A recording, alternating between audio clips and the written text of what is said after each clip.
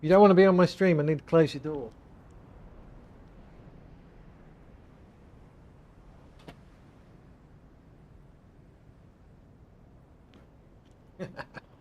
There we go. That's better.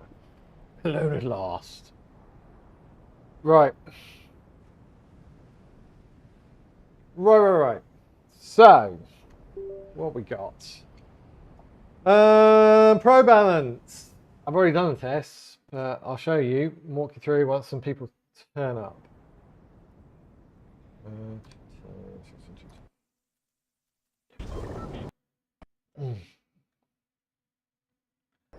Once somebody says hello, I'll kick it off.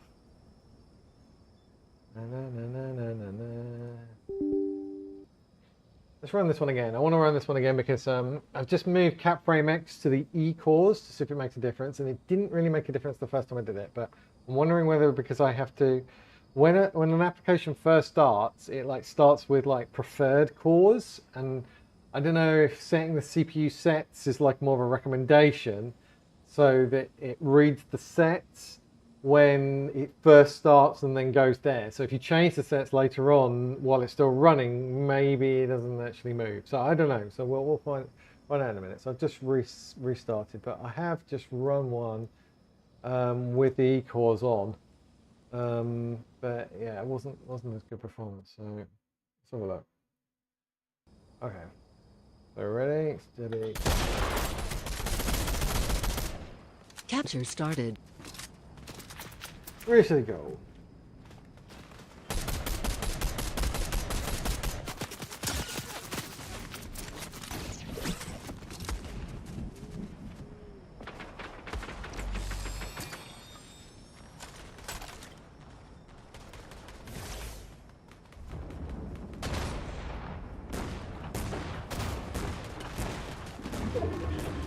Hi. Yes, I am. Okay.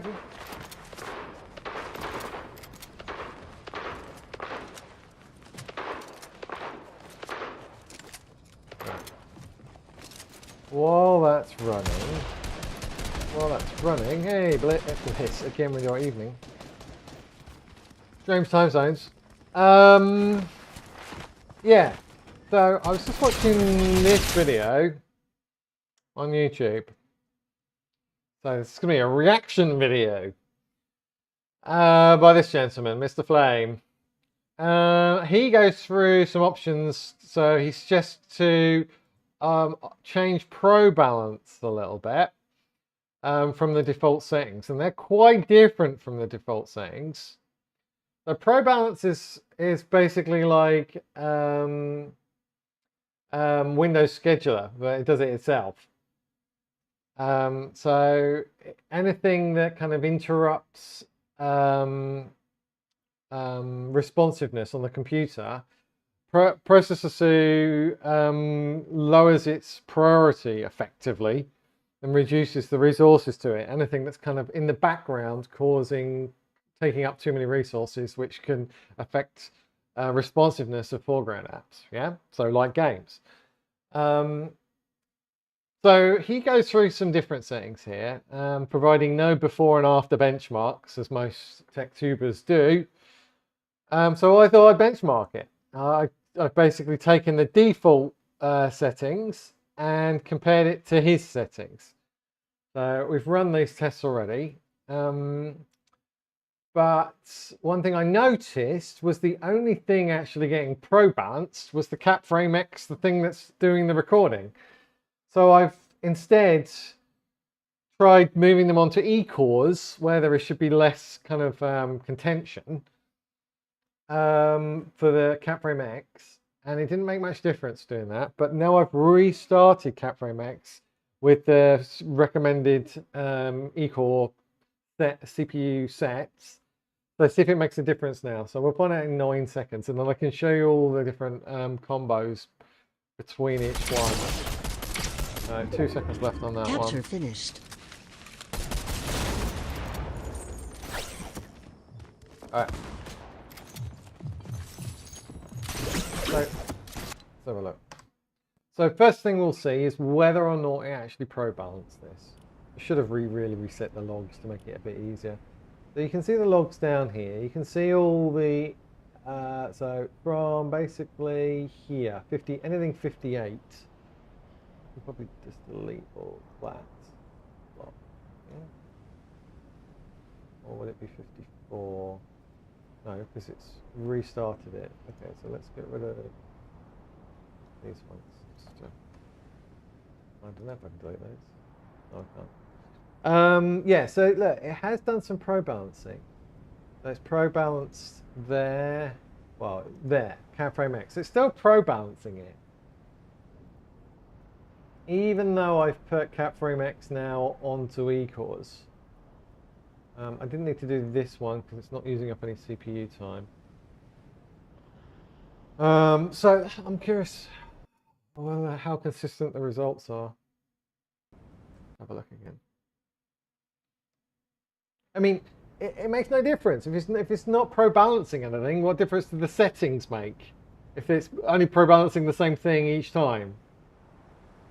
So, it's just whether it catches more things, really, isn't it? One. We did a two.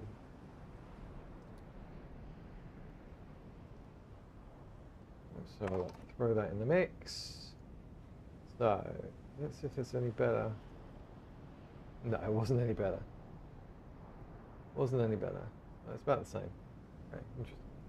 So let's compare everything that I ran just before I came online. So these are all the results. So technically, this guy Flame, his pro balance settings did give the best lows, albeit not much difference between those lows and those lows. 2, 4, 1, 2, 3, 6. Maybe a little bit better. A bit lower there, but this is actually Flame's pro balance settings with the on the eCores. So I think we're moving into margin of error territory here. So you go CPU, you go pro balance advanced options. So they should be the same as Flames, right? 931, 900, 0, 4200.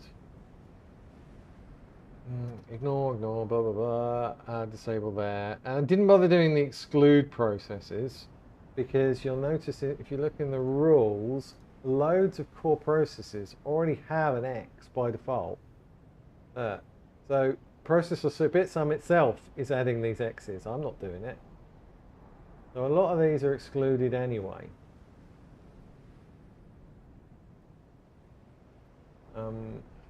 Yeah, they're all excluded anyway.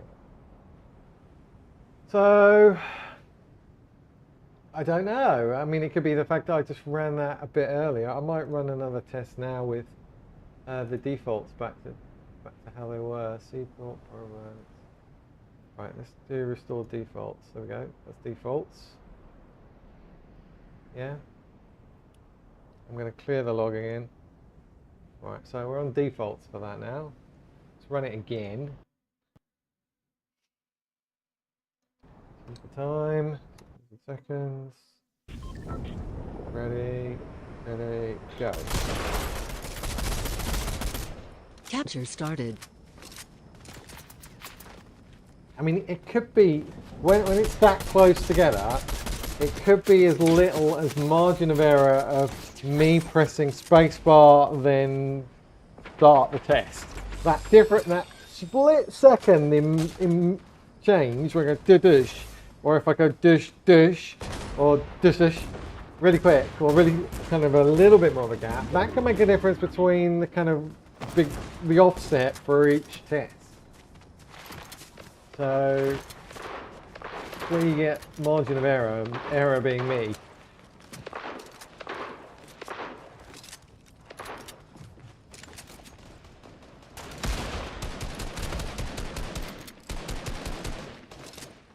There are still 36 people up at this point. Look.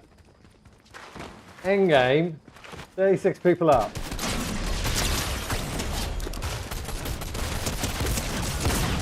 Out of 40. So, only one team wasn't active.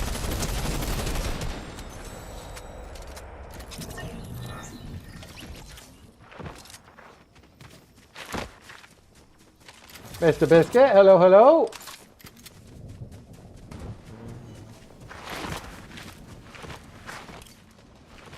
Just saw an ad for a £1,200 motherboard and I'm shocked. Was that one of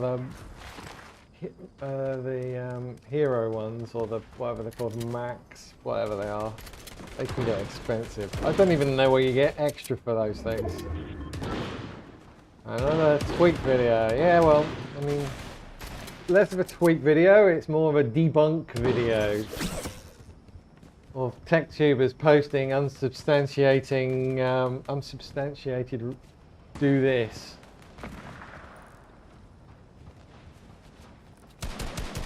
Yeah, the hero.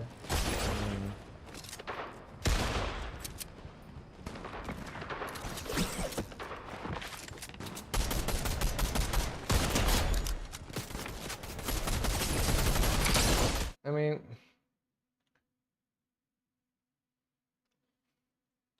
this unless this actively catches more things to pro balance, or how quick it pro balances, then there's not going to be any difference between the results, other than the margin of error. I mean, me pressing spacebar to start the replay and then minus to kick off the recording.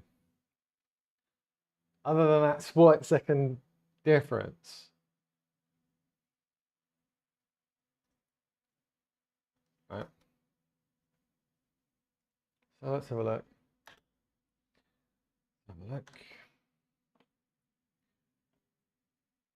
So we're back to defaults now, aren't we? So one thing I established was disable pro balance is worse. I mean, well, saying that, we've progressively got worse the more we've done. Defaults. That's one. That's the other thing. The more runs you do, the kind of hotter and hotter and hotter everything warms up in the computer, and the worse the results get. Right.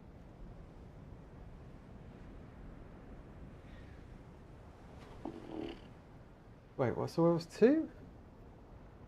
Oh, no. Yeah, so they're getting progressively worse, but I mean, there's no difference between those two. Yeah, I mean, that was the previous result one we just did, and then that was the default settings. So that was the previous one, and then this one was the latest one. And you can see this, even though it's after it, this one is slightly better. Tiny, teeny, tiny bit. So it's not making any difference, is my point. It's just more clickbait nonsense. Why? Why do we have to wade through this soup of clickbait to get any decent information out of anything? Yeah, so leave it on default. Really? Control. Make sure it's on. I definitely recommend running it on. I know you can't see right now. Let's hide me. Wait, where's me? There's me. So yeah, I definitely recommend keeping it on. Don't bother with smart trim. Probably if you've got more than 16, if you've got 16 or less gigabytes of RAM, then you probably need to configure smart trim so that every 15 minutes it doesn't kind of mess something up, take away stuff it shouldn't, clean up memory it shouldn't do. So if you've got 16 gig of RAM, maybe that's, yeah, it's possibly worth using. If you've got 32 or more, then there's no point in running smart trim. But yeah, Pro Balance enabled, that does seem to help, because as I say, it's actively doing stuff in the logs. Although here there was no Pro Balance. Look, that's interesting. There was no Pro Balance there on that last run.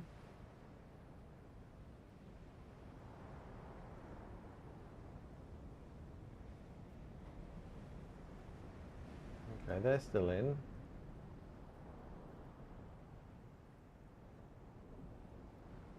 Yeah, they're still in. And this is all default.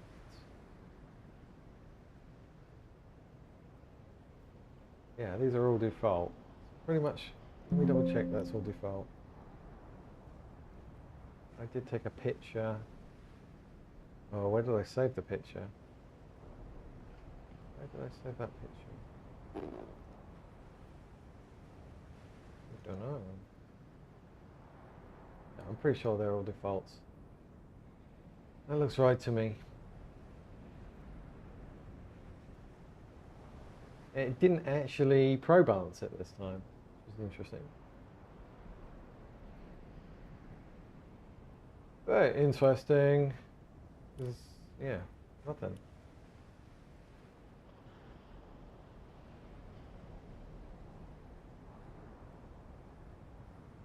Do not act on foreground processes. Look, do not act on foreground processes. Do not act on children of the foreground process. In other words, the game you're running. Do not act on processes of non-normal priority. What happens if it's low priority? Or do not act on services. That's interesting. Lower to idle instead of below normal. So by default, it's clearly doing it below normal.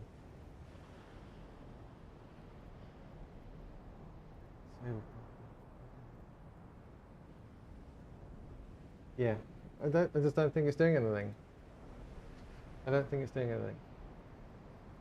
It's jarring without face cam. I'm sorry. Okay, have me back again.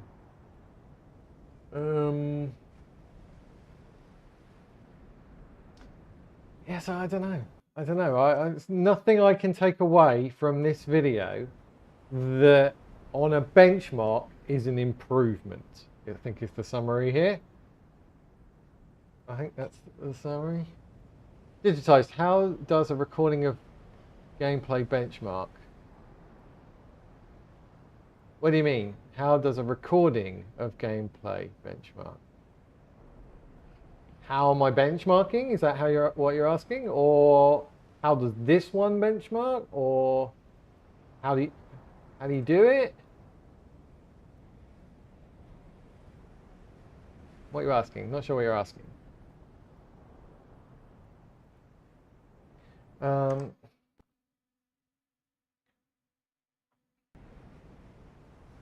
Maybe it's more important if you can't move processes over to eCores. Maybe if you're on AMD, it's more important because you don't have eCores. And I can move kind of lower priority things. Well, things I want to keep away from my game, I can move them over to eCores. 8 to 15 in this case. There's 8 to 15.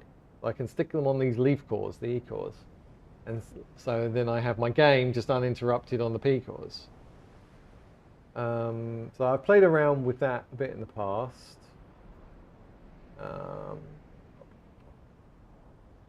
But maybe it's then more important for you guys on AMD without eCores. Mystic Light Service. Can I put that on a... I definitely know I can put those on eCores. These bad boys. I try to stay away from putting things on services, principally because a lot of the services share, the service hosts share different services, and you don't want to be deprioritizing, especially anything with a network processing when you're playing an online game. But I tend to stay away from touching services for putting them on lower priority cores. Anything else there? Look at this again.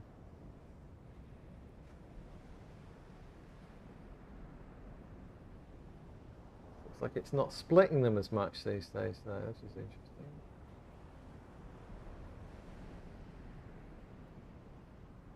audio I put on eCores. It's on eCores, it's on eCores. Have I added anything else recently? We go on to eCores.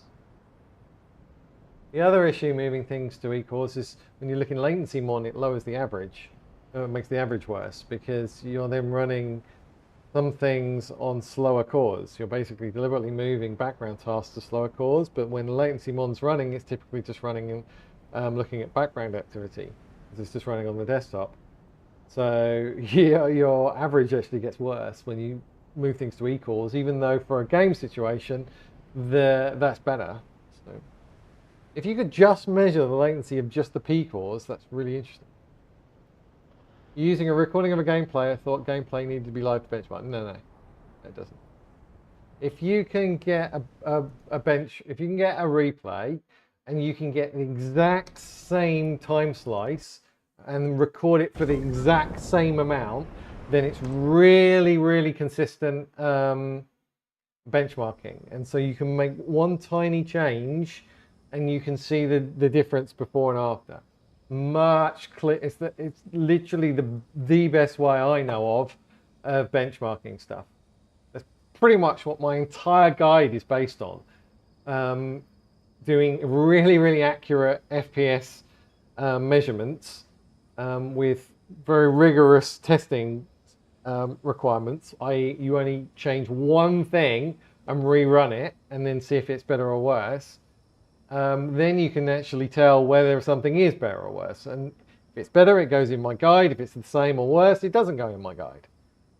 So that's pretty much what I do. Pretty much what I do. So if somebody's got a suggestion of something they want me to test, then they make that recommendation on the Discord, and I go in here, test it, run the same replay. It doesn't matter what replay it is, as long as it's the same one, as long as then I change one thing, and you can see a before and after. I mean, it's very time consuming doing it that way, one thing at a time, but it's the only way you actually know whether something's better or not.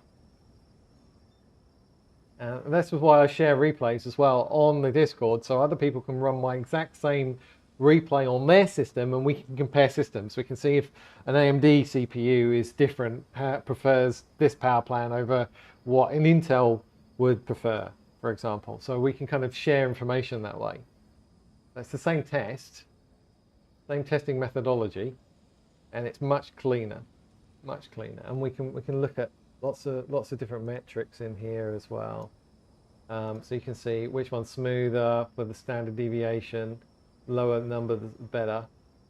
You can then drill down and see what the CPU is doing, how hot it gets. So what was the first test I did? Let CPU temp went from 61 to 73. Well, that's interesting. I was getting up to 75. It's actually cooler now.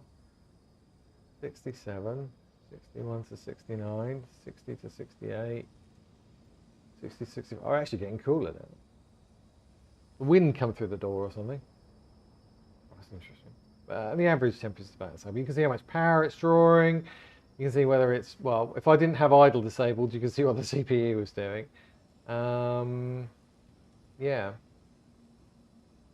Oh yeah, that's the most accurate way I know of doing it. Well, Intel temps aren't insane. They're just using a ton more power. They're using twice as much power as you are, Bliss. As AMD are. They're using at least twice as much power. So my temps are actually really good for Intel, especially for something that's running 5.9 gigahertz. My temps are very good.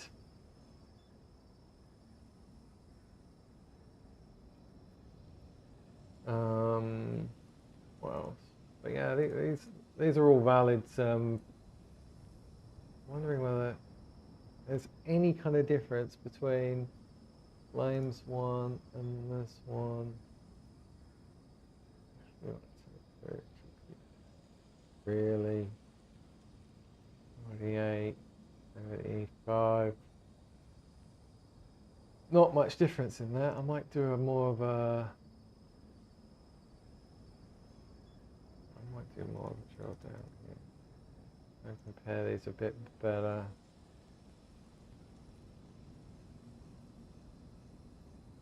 See, some drops. See what I'm saying about margin of error? Look, you can see that when I did these two recordings, they are slightly out from when I press the space bar to when I press start recording. Look, it's not quite overlaid. So you have to be really, really precise here to compare apples with apples. I mean, that one, look, it's actually even further apart.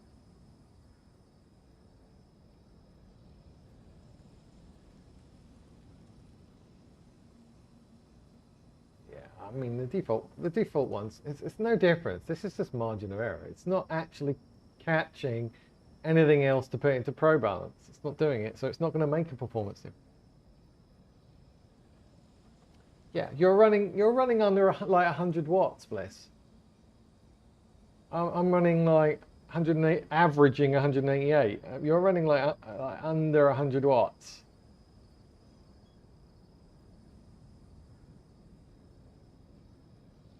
But my clock speed's a lot faster than yours, which means my latency is better.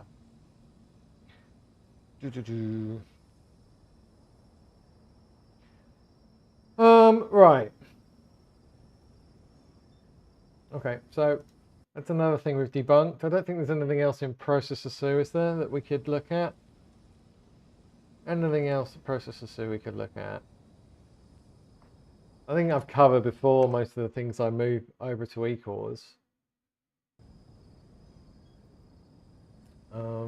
Yeah, if I know it's not critical operating system required performance by this, then I'll try and move it across, other than services, generally speaking. So if I sort by rules, you can see what I moved across. There's my head in the way again. Hang on. Oh no, that's not what I meant. Yeah, so audio, Windows Defender, I've moved onto eCores. Haven't touched any of these. Fortnite is pretty much just excluded from everything. I've got always hyper and enforced by registry. Have I done IO priority? Always, yeah, I've done high on that one as well. Boost is always on anyway for that. Not much else I could do with this. I mean, there is an instance balancer. Is it instance balancer you can... No, it's not instance balancer. I used to do this. Where is it? CPU limiter. When the CPU hits like 98%, then reduce it for like 1 second. I used to do that, but it really makes no difference. And I think, to be honest, when I'm disabling idle, it's just going to get confused because it thinks it's 100% anyway, even when it's not. Yeah, so 60 watts, you're barely using any power up, which is why your temperature's are 6 degrees lower than me. That's that all.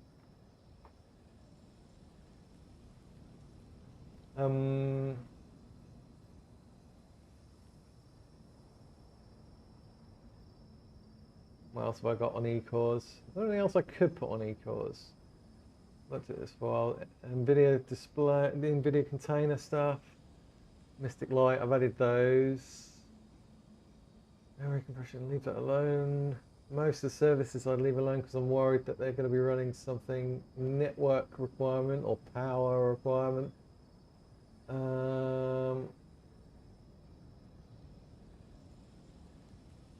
Really, it's the things that use up a lot of CPU time. So let's put me back on again.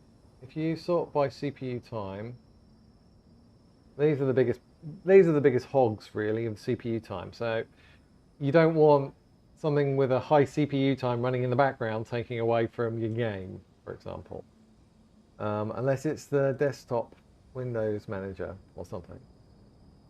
I suppose I could bypass that if I set up full screen exclusive mode. That would bypass that, and that would be a lot lower. But I don't want to put that on an eCore, certainly. System I don't want to put on an eCore. CapFrameX we've put over to eCores now. Processor SU, I could put Processor SU itself over to an eCore. In theory. Explorer.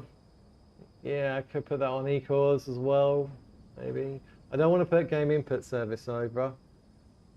That'll cause input lag if I do that. What else we got? OS privacy. I'm not sure what that's doing. I'm leaving that alone. Throttle stop needs real-time access, so I'm leaving that alone. Not sure what that's doing. That's on an eCore already. Afterburner.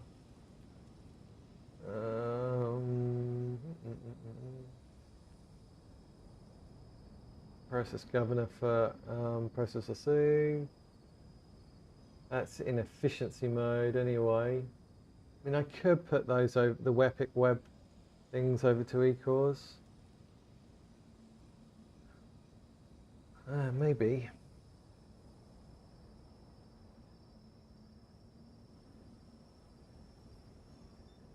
My concern is if I start this from an eCore, the launcher, they're in efficiency mode anyway. I think by default,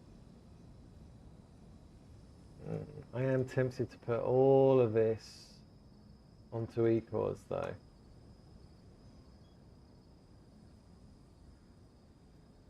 Maybe not the easy anti-cheat. Maybe the web helper and the launcher. Let's go with the web helper. Stick that on eCores. What else? Because that's on an exclude from Probalance, and I don't think I've even done that. I don't think I did that.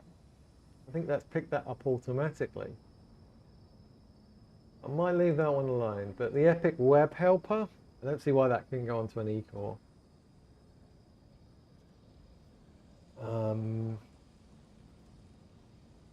500 megahertz, how less latency? I don't know. I'd have to actually have two computers identical and then turn down the... I suppose I could underclock my CPU to find out what it would be. Again, the Intel CPUs typically are a lower latency than AMD ones. So whether you could compare AMD and on specific frequencies or not.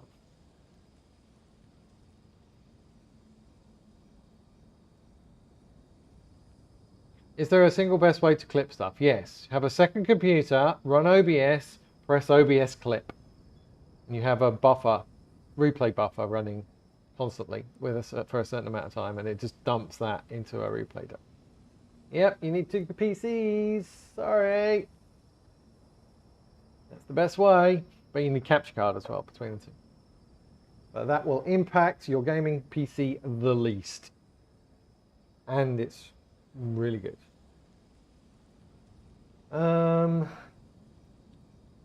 Anything else I could stick on eCores here? Crash report client. What do you reckon that's doing? How active is that? CPU time of 3 seconds.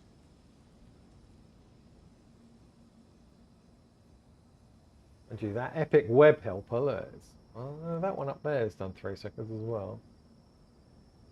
Is that crash report client always running in the background? Maybe. Should we try that? We've added a few extra ones there, haven't we?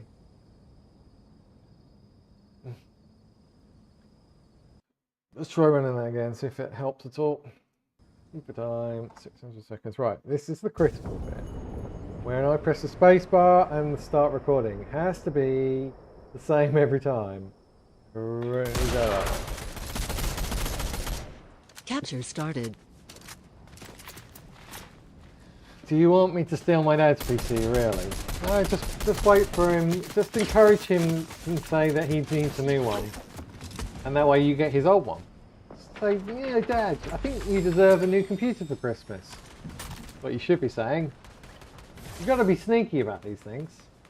That way everybody wins. Your dad gets a new computer and you get a new. Everybody wins. When your game crashes, it tells you it's crashed. Yeah, I know. I mean, great, thanks.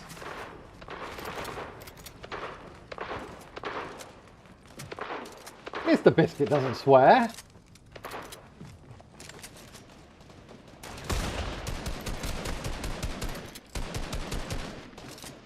Definitely not.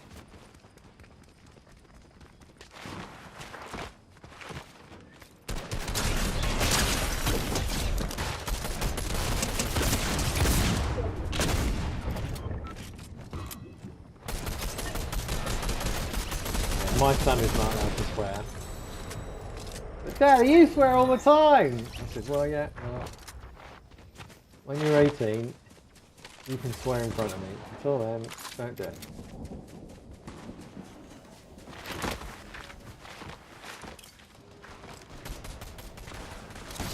"94 seconds, 92 seconds.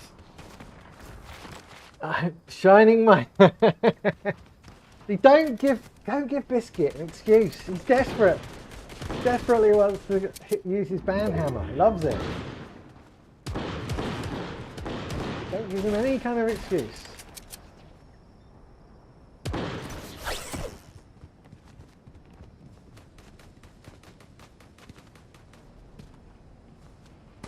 I must say, I swear a lot more than I used to. In the last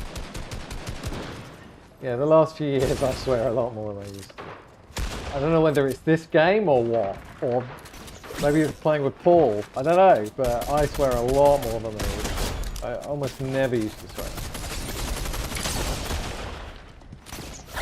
But if you swear all the time, it kind of loses its effect.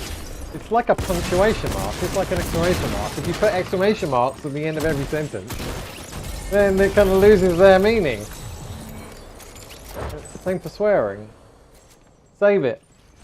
Save it for special occasions. And it has more impact.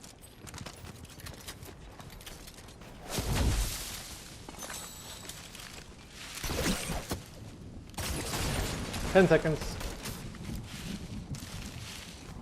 If my further optimizations on eCores has helped or Capture hindered." finished. Right, some of that. If it's better or worse. Better or worse. Here we go. More stuff on eCores. Better or worse.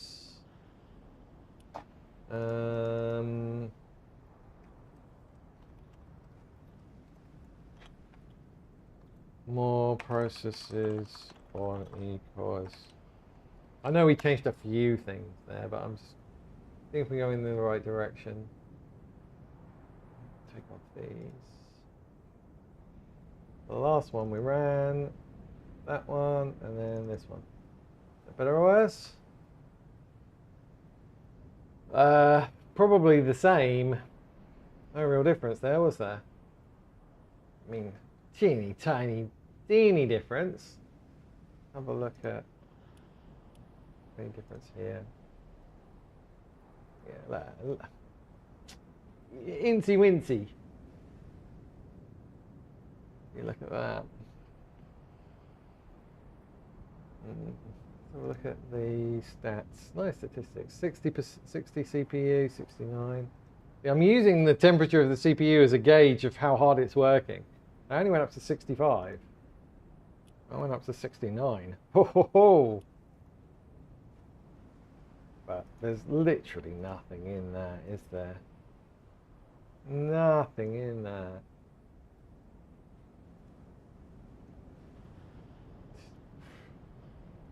Same. Made no difference.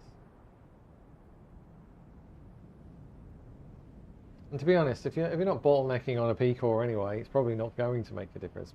Okay, if you're doing some context switching, then kind of giving the CPU a bit more work to do, the core. Have I tested what?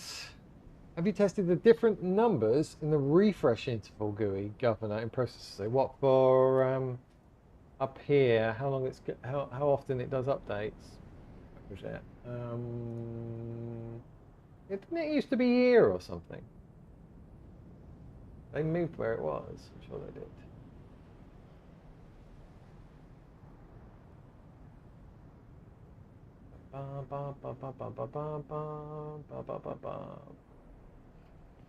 Is it that? I can't remember. Options general.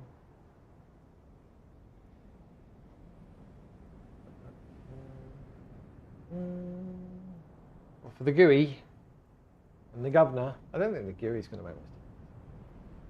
1 second for default, 1 second for default. So you reckon if I turned it down, it would make a significant difference? Should we go with the bare minimum? So only refresh it every 10 seconds, basically. That should have the minimum load, right? Yeah. But I'm curious, right? So if I go processor C, right?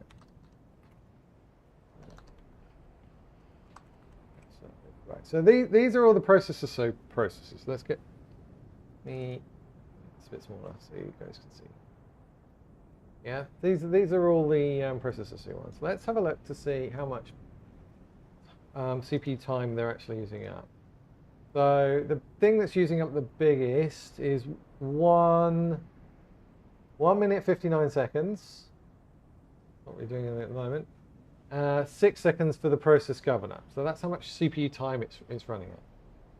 So if we reduce the amount of monitoring it's doing, in theory it should free up some resources, but the governors, they're not scheduled tasking as quickly and efficiently as it should do. So if so that's the problem I'll have then. If the governor is not running at least every second, then it's going to take 9 seconds, 10 seconds for it to recognize that something needs to be pro-balanced to reduce responsiveness, to fix the responsiveness problem. So do I really want to wait 9 seconds for it to kick in? That doesn't seem like a good idea. I mean, we'll change it and see if it makes any difference in the replay, but I don't think it will, because this is not taking up much resources at all. If we were kind of really maxing out our computer with resources and we were desperate to try and reduce the resources as much as possible that we could reduce, then yeah, it probably would make a difference. But I've got loads of headroom, despite what this says. If I go balance right now, so this is what the CPUs actually look like for Fortnite right now. Look, maybe that one's the only one near 100%, only that core. So there's lots of headroom in all the other cores to do things like processor C. Not a problem. Only when these start hitting 100% do you then get FPS drops. I'm going to go back to where I was a minute ago, because that's got idle disabled, which is why it all says 100%. It's not really 100%. It's just idle disabled. But anyway, let's try it, because I like people suggesting things, even if it's just to debunk rumors. Where was it again? General refresh interview. So we're going to put it on 10 seconds. And we're going to put the other one on 10 seconds as well. The default is 1. Yeah? Right, so it's every 10 seconds now. That governors changed to 10,000 milliseconds. Nice and responsive. Right, let's see if it makes any difference at all to the replay. Bench. Keep the time. Right. Capture started. I've got a delivery I need to take up the door soon. See how far away it is. Ooh, Robert is currently making delivery number 89 and you are delivery number 98. Robert is approximately 30 minutes away from you. How exciting. The new Skybox. Our Skybox, Skybox is just like seized up, it's so old, so I've ordered a new one. I have to give them the old one when they come to the door, so we have to do a bit of a swap. So if I'm streaming, then I'm going to have to pause a sec while I do the hostage exchange.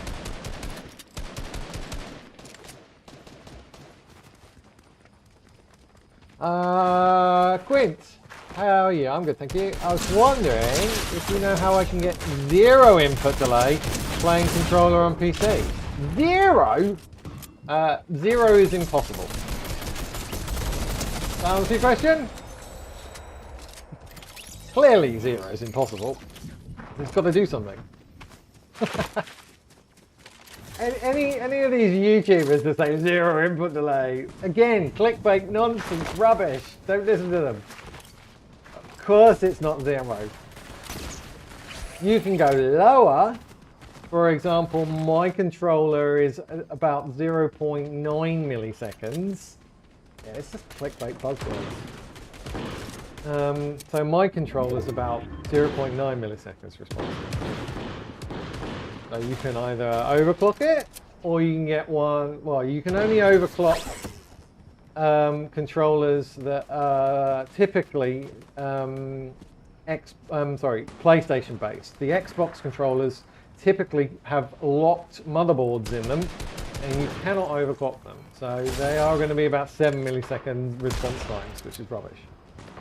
The PlayStation based ones, the PlayStation 4, PlayStation 5 based controllers, you can overclock those, and in fact the Edge comes with under a millisecond response time out of the box if you update the firmware.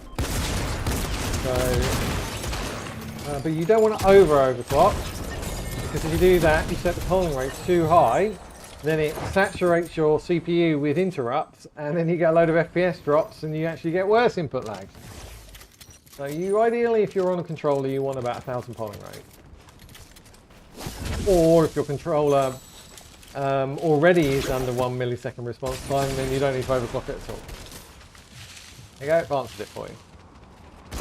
If you want to know how or what the best controllers are, etc., then yeah, you need to find the guides, I'm afraid. Right, how are we doing? How are we looking? So what did we change there? We put processor on, what did we put it on? We put it on 10 seconds. Update. Yeah. Now we're going to compare these two. See what difference it made. Oh look, it's worse performance. Or it's certainly not better performance. Look. We lost 0.6 average FPS there doing that. The second one is the changing it to 10 seconds update. So we've debunked something else. You must do this. You must do this. No. Show me the results and show me how you gather the results. And then I'll choose whether to listen to you or not. Otherwise, you're just making clickbait videos. Defaults. Anything else? You got an Edge. You don't need to overclock it. Take it off. No, it's not. You're reading that in something that is not reading it properly. You're probably reading that in DS for Windows. That's not accurate. If you want to measure it properly, you need to emulate as an Xbox controller and then run X input test. That's how you test it properly. But then you don't need the emulator from DS for Windows. So then you uninstall it all again, which can cause issues. So I typically do all the testing on one of my Windows environments and then work out the results and then just apply it to my active gaming environments. So for that Edge, the only thing you need to do not overclock it. Do not overclock it. Take it off if you've got an overclock. The only thing you need to do is download PlayStation Accessories application. So that again, PlayStation Accessories application. Download that, install that. This one, that's it. Like that. And then you press update firmware. And then you'll already have under 1 millisecond, which is what you've actually got there by overclocking it. But you won't have all the additional interrupts flooding your CPU. So the only thing you need to do with an Edge is press install this, Press update firmware. That's it. That will be the lowest you can go. That's what ship runs. It's what wrapper runs. It's what I run. So yeah, extensive testing on that. That's all you need to do. I heard your PC runs fast. Right, I'm doing it now. Right, ready? Start the benchmark. Start the benchmark. Go. Bill said it. Must be true. Play. Oh, I can't do it for very long, Bill. No. What about closing Lasso and only running the gamma? Honestly, it's not impacting your game running Processor Sue with default settings. Really, all you need to do, install Processor Sue, set up your timer resolution, turn on Probalance. Really, that's all you need to do. There are some other little things you can juggle putting onto eCores if you have eCores, but other than that, you don't need to do anything. All these things on YouTube telling you to do all these complicated advanced settings, they're all clickbait. They really are clickbait. Oh, it was the other leg. Oh. Yeah, Quinn, if you want my guide, then you can just buy my tuning pack. If you want to donate, it's probably easiest to. That way you get 180 pages of how to tune your PC. I'll set you up on my Discord. Right. So if we put everything back to normal now, because I don't really want to break anything out. I don't want to break something with clickbait nonsense and then forget I've left it on. So did we decide that it was better or worse running on the default Probalance settings? It's about the same, wasn't it? Yeah, more on the eCores. More on the eCores. Okay. So yeah, leave that alone. I mean, as I say, I do a couple of rules here and there, moving things to eCores. I make RTSS, I make that run in normal priority because when it starts with the computer, it runs below normal. But if you close RTSS, reopen it, it then runs as normal. So it can't make up its mind. So I actually I tested all the different types for RTSS, and normal seems to be the best one for that. Other than that, there aren't many rules to actually do or things to change in here. It just does a really good job, especially with the Bitsum performance plan, especially if you've got an Intel CPU. Because you need this to stop the parking. If you don't have this power plan, you ain't stopping parking unless you're doing some hard coding registry stuff. Ultimate will still park. Ooh, nice one, Quim. Do you want the Fortnite guide for that? I'll give you the Fortnite guide for that if you want. DM me on Discord. I'll give you the Fortnite guide for that.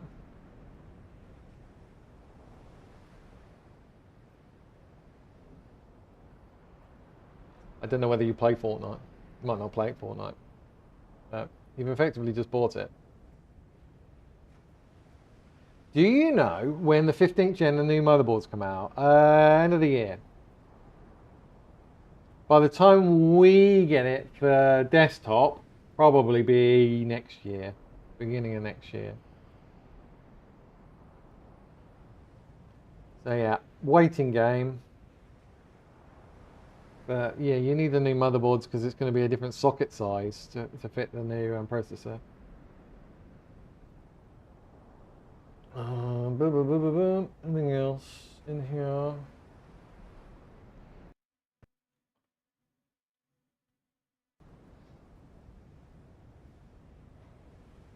Are you on my Discord, Quint?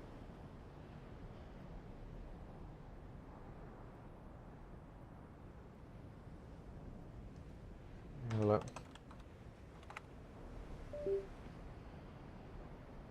Maybe, maybe not.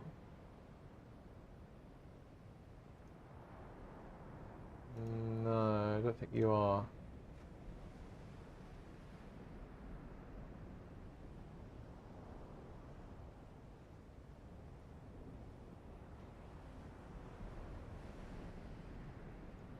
liking. You liking Havoc Hotel? What? No, I'm not. Well, as I say, if you want my Fortnite guide for that tip, because you've effectively just bought it, then you're welcome to. So if you want to jump on the Discord, I can give you access to it. I don't know whether you play Fortnite or not, though. It's got some controller overclocking information in that. So.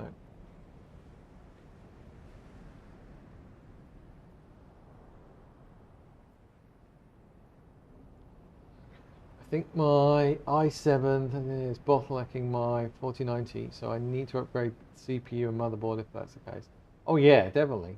Especially if you're running high FPS. If you're running high FPS, then the CPU is always going to be the bottleneck. Anything over 240 FPS, 240 and above, the CPU is going to be the bottleneck.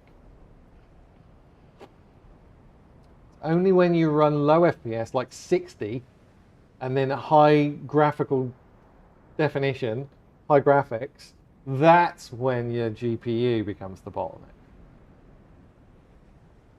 So it depends on the game, because Fortnite's all about high FPS.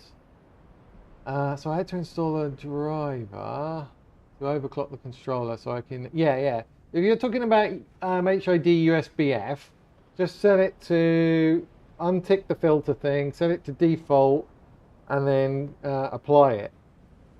That should uninstall it.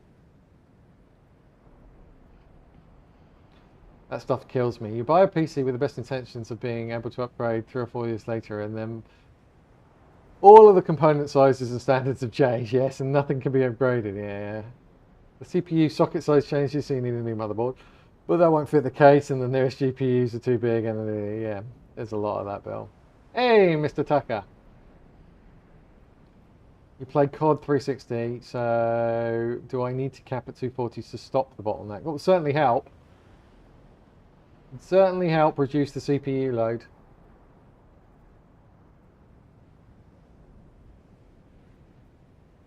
Bum, bum, bum.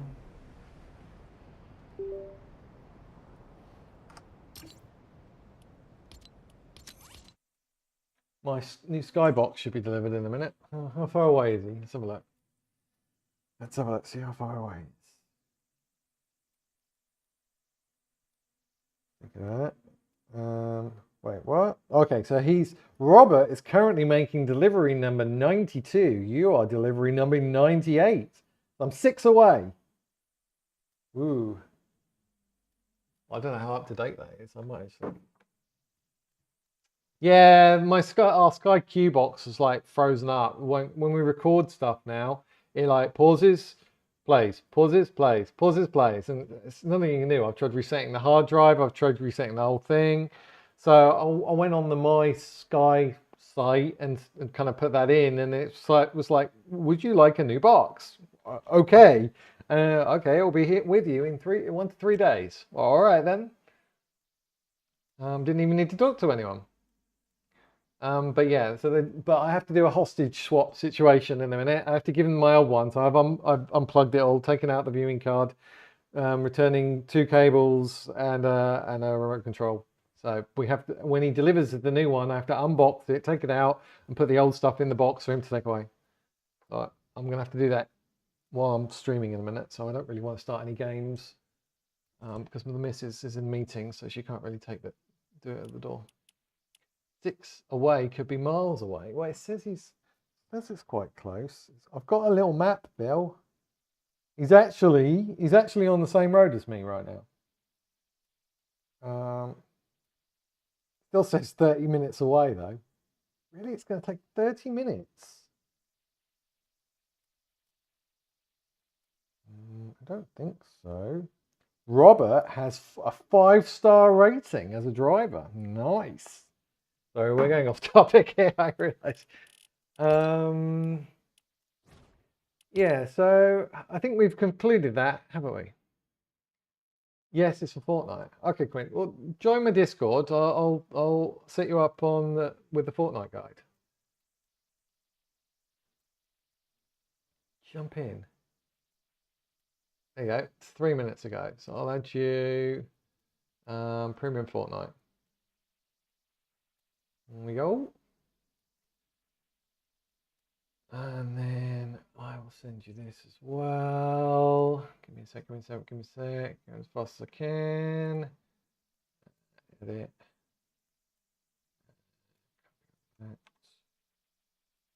So, yeah.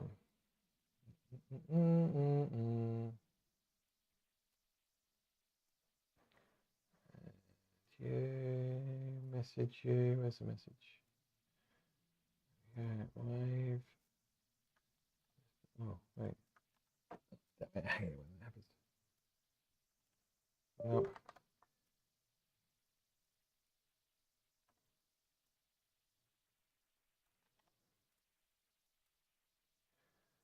Sorry, guys. I'll be there in 2 seconds. Yeah, if you want the tuning guide as well, let me know. I'll give you access to that too. Want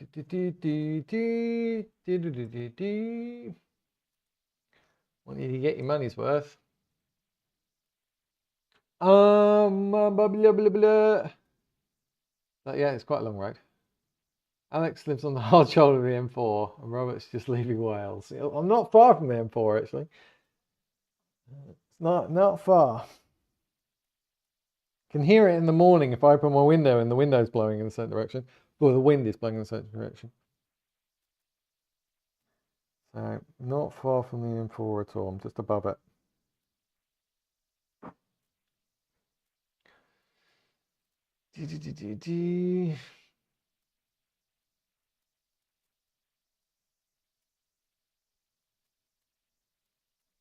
You see, if you've got 4060 and an i7, 32 that's a good camera PC. Yeah, you should be able to get 240 with that. As long as you're not streaming from it at the same time. Or, I mean, you can get away with Discord. But if you stream from it at the same time, then you're going to be losing probably a quarter of your CPU power. And it's going to be getting to 240, but it's going to be going up and down a lot.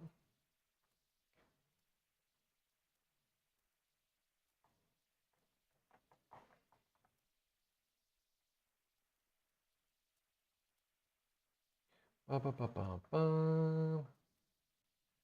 that's a really good question. What is the permissions on that?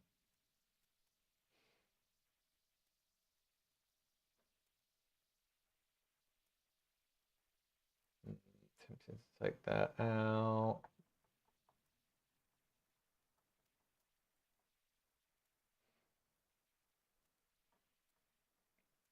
Yeah, that's a bit of a loophole there. I need to review the permissions on my Discord a little bit. For people that have only got the Fortnite guide and not the full guide. Need to review that. Right. Yeah, but PlayStation accessories is really useful as well, by the way. If you want to kind of put like quick triggers kind of thing. So for example, trigger Z zones. By default, this is like 100%, so you have to press it all the way down for it to register. But I set mine like to 0 to 5, so only when it gets to 5% so it registers for my triggers. So that's a good one. You can go to 1, but then I'm worried about it misfiring on its own if there's an issue. Don't want it misfiring on its own. I use like default stick sensitivities. I should probably put this in my Fortnite guide. Vibration I turn off, and then you can kind of change what buttons go where. Can you use the tweak package for Fortnite for other games? Yeah, you can. My main no. So what I've got is an ultimate tuning guide that is like 99% of the optimization for your PC.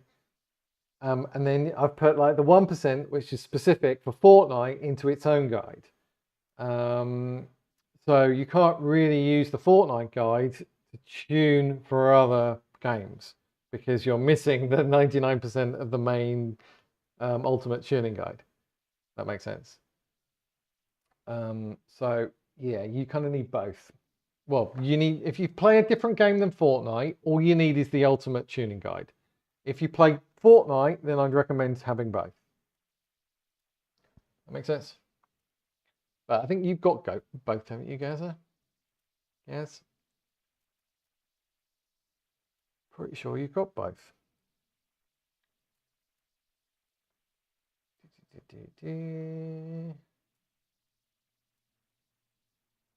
Yeah. Wait. No, you've got one. You've got one, haven't you? But yeah, if you play Fortnite, then I'd recommend doing the Fortnite one as well as an add-on. It'll kind of walk you through all the settings specific to Fortnite. Yeah, so that's a really useful tool if you're running a PlayStation Edge controller.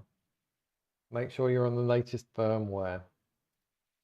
Right, how far away is this guy? I don't want to start playing games until he's closer for my delivery. Unless you guys can think of other things you want me to test in here. Tested most things in here, to be honest. I'd still recommend. So I talked a bit at the beginning of the stream about smart trim. So that effectively frees up unused memory in applications. It goes through all the apps and says, do you really need to be reserving this memory right now? If not, I'm going to free it up. Which is great if you're running out of memory. So if you're gaming and you've only got you've got 16 gig of memory or under, then I'd probably recommend smart trim enabled, and then probably go through some extra settings to set that up. If you've got more than 16 gig of memory, then you probably don't need smart trim, so it doesn't need to run that thing every 15 minutes where it goes away and tries to free up memory. So you don't need it. You've got enough memory. You're not going to run out of memory. You're fine. So you can turn that off. You can turn smart trim enabled off. So I talked about that a little bit at the beginning of the stream. So I need to update my guide really to say don't bother with this if you're over 16 gigs of RAM.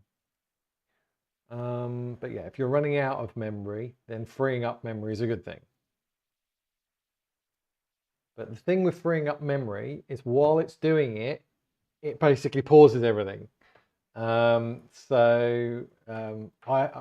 previous life kind of optimizing big servers, we'd have like Java virtual machines running applications, and we'd have to configure the garbage collection to free up the memory in those JVMs.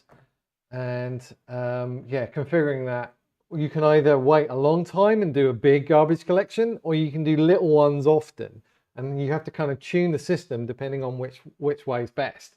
So, but whilst it's doing that garbage collection, while it's kind of freeing up the memory of unused things, everything basically pauses.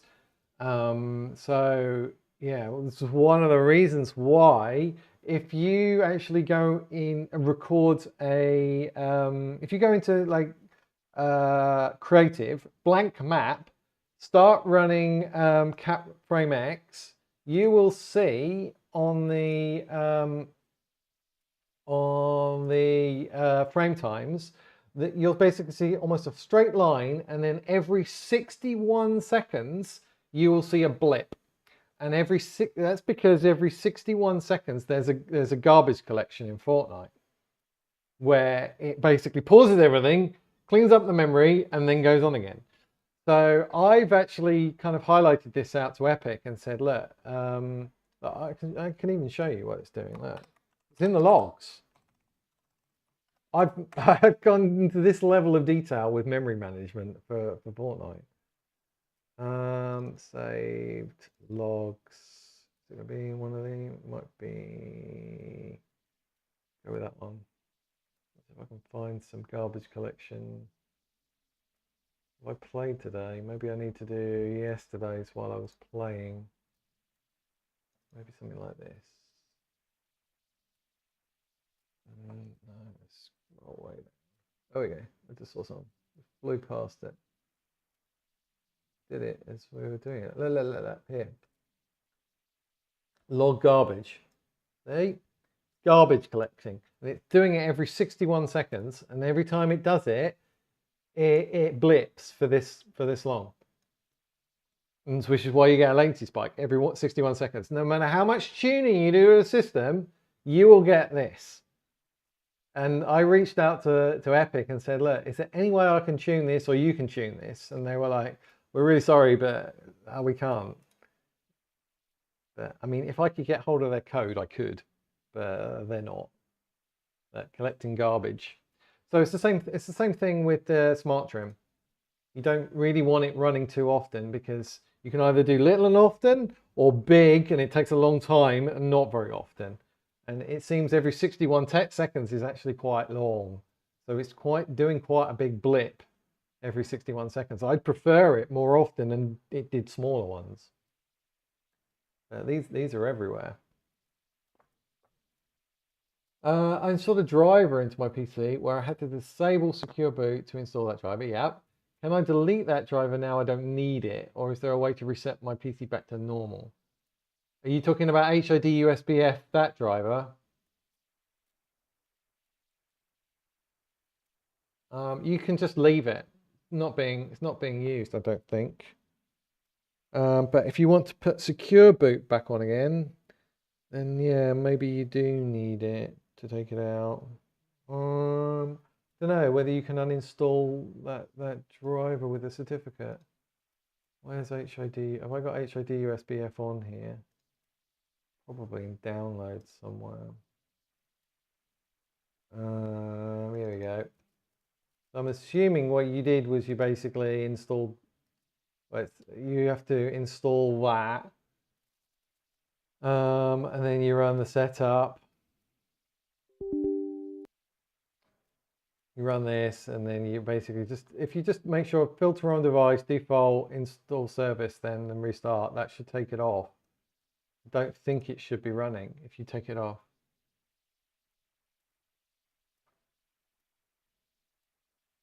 But to get it completely removed from your system, I suppose you'd have to uninstall the certificates as well, because you normally install the certificate here. I mean, in theory, this is meant to have been fixed now with the latest version of this. It should be, it's not appearing in here, but it should say Battle Beaver down here, just underneath, or there or something in a banner. And they're meant to have been signing the new drivers. So it's meant to be signed now. So should not have to use secure boot.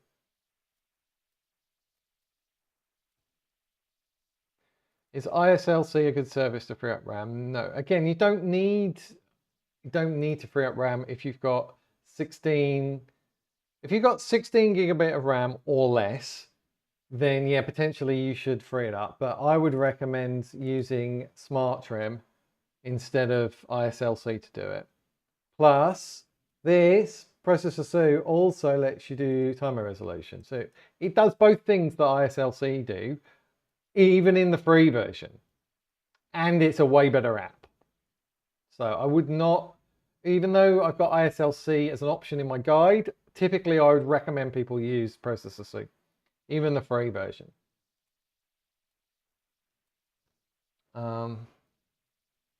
Okay, as long as it does not affect your game, I'll keep it. Yeah, you should be fine. Throttle step keeps changing my power plan automatically. Does it? Be doing that. Or have you got some option in here to change the power plan somewhere? Are you running it on a specific profile, or I don't know what else? Shouldn't change the power plan, I don't think. Nothing in here to change power plans.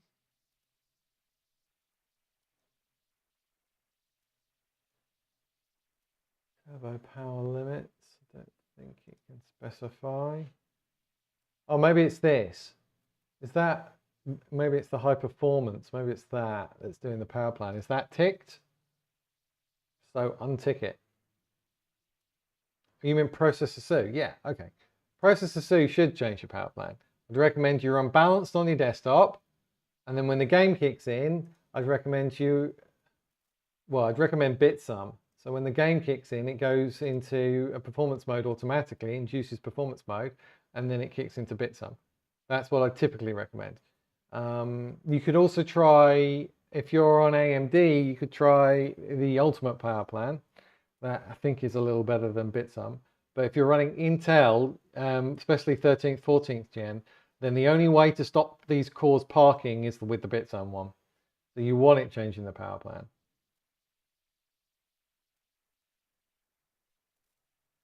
Have you tried Amit timer resolution? I don't need to try Amit's timer resolution. Look, I've got it right here. Done. Don't need to do it. Yeah. I'll run one of Amit's scripts right now to show that it's perfect.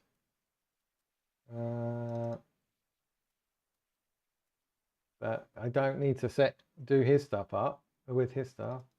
Oh, DPD's here. I'm gonna have to duck. But look. Oh wait, why is that high? I need to fix that in a minute. I'm gonna come back in a sec. Let me just do this exchange with DPD for the skybox. Be right back.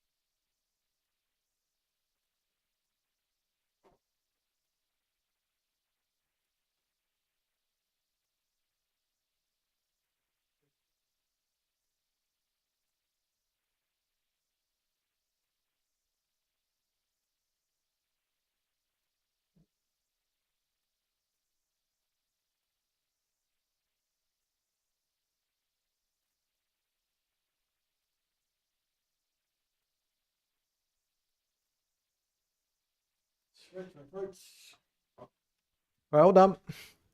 New skybox. I have to unpack it. I have to then take out all the bits, and then we have to put the old stuff back in the box, reseal the box, and then take it away again. Crazy. All right. Why is this being weird? Is it because no? Why wasn't that nice and low? That's a good question. Why is this being strange? Yeah, why is this 1.4s today? And why is that 503? And that shouldn't be 503. It should be 5034. It's like it's got reset somehow. I might just go to 504 and set it at that level.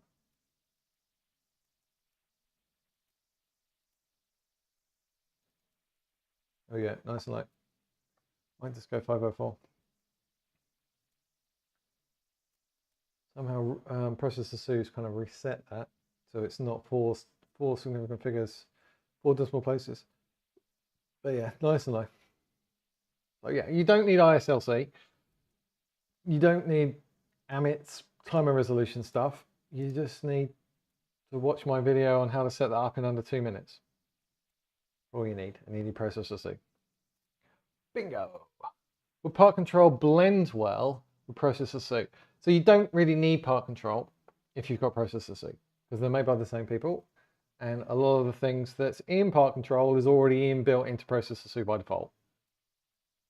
So processor C is like the big brother to part control. So I'm a huge fan of processor C, massive fan. That's why I bought the Pro license. But the free license pretty much does everything you need anyway. So you can put up with a 10-second reminder when the computer starts up that you're running a free version. You can put up with that. It does everything you need it to do. Anything else? I'm glad I spotted that actually. I'm glad we ran that timer resolution test there. For some reason it wasn't doing it properly. Now it's nice and accurate. But yeah, you don't need part control if you're running if you're a processor C typically, unless you're doing something specific with the actual power plan that you want to adjust. Gives you more kind of control over the power plan. If you want to do something, I don't know, park only a certain number of cores or something, I don't know. But ideally, if you're gaming, you don't want any parking at all. You don't want any of these little boxes up here gray. So for example, if I switch to, let's turn off, so that should go back to balance now. So you can see that these have gone to sleep. These are all parked, so the grey ones. But normally in Windows 23H2, oh no, wait, what am I thinking? No, on my older Intel CPU, this would have been a better power plan, the ultimate performance one. But as you can see, it's still parking. Still parking. The only way to get Intel 13th, 14th gen CPUs to not go grey is with the Bitsum one that I have found. The only one. And then they all go green. Make sense? Does it make sense? If so, I think I am going to do some games. Although I might actually stop the stream briefly and hook up that new Skybox before I do games. That might be a better idea. That way the missus can watch Sky this evening, because it's probably going to take a bit of time to update. But I think that's everything with processor C. I think we've covered everything. If you've got an Intel CPU, put everything you can, everything that makes sense onto an E-core. It's not critical. Make sure that your game is inducing performance mode. Make sure Probalance is enabled. Defaults are fine. Set up your timer resolution so that when you ask for 1 millisecond of sleep, you get 1 millisecond of sleep. What else?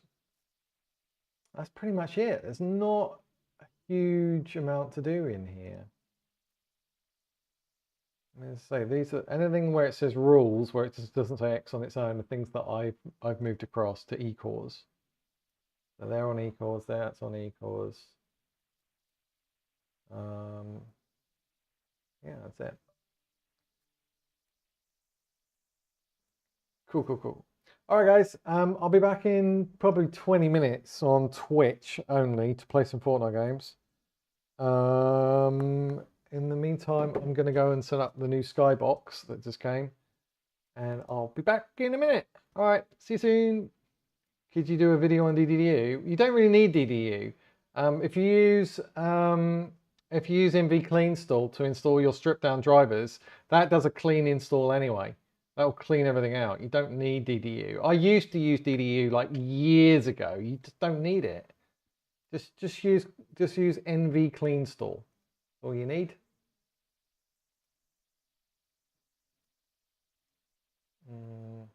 All you need is that NV Clean Install. That will strip out the drivers for you. It'll get you the latest one. Yeah, and it'll do a clean install. You don't need to worry about DDU. Unless you've really messed something up in like CRU, then you might need to do a DDU if you mess things up in CRU. But I wouldn't recommend CRU either these days. Just go native. What's your latency mod numbers? Well, I'm running 8 eCores, so that makes it a lot worse. But it's normally about 1.5, 0.45.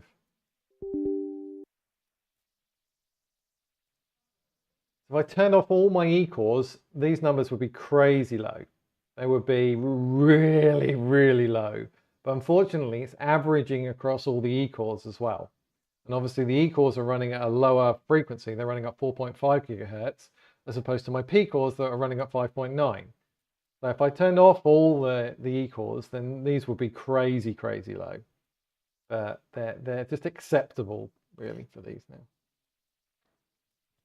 But that's normally about 1.55 after a reboot, and that's normally about 0.445, 46 after a reboot. I've been running stuff for a while, which is why these are not quite where they should be. Best time to test is basically reboot, wait 2 minutes, start latency mode up, press play. Make sure that you're in your power plan, your desired power plan as well, while you're running this, because balance is going to be awful. Because it will have parked half the cores. Makes sense, right? I've got to go and sort this skybox out. So any more questions, save them for me for when I get back in 20 minutes. All right, see you soon. Bye for now.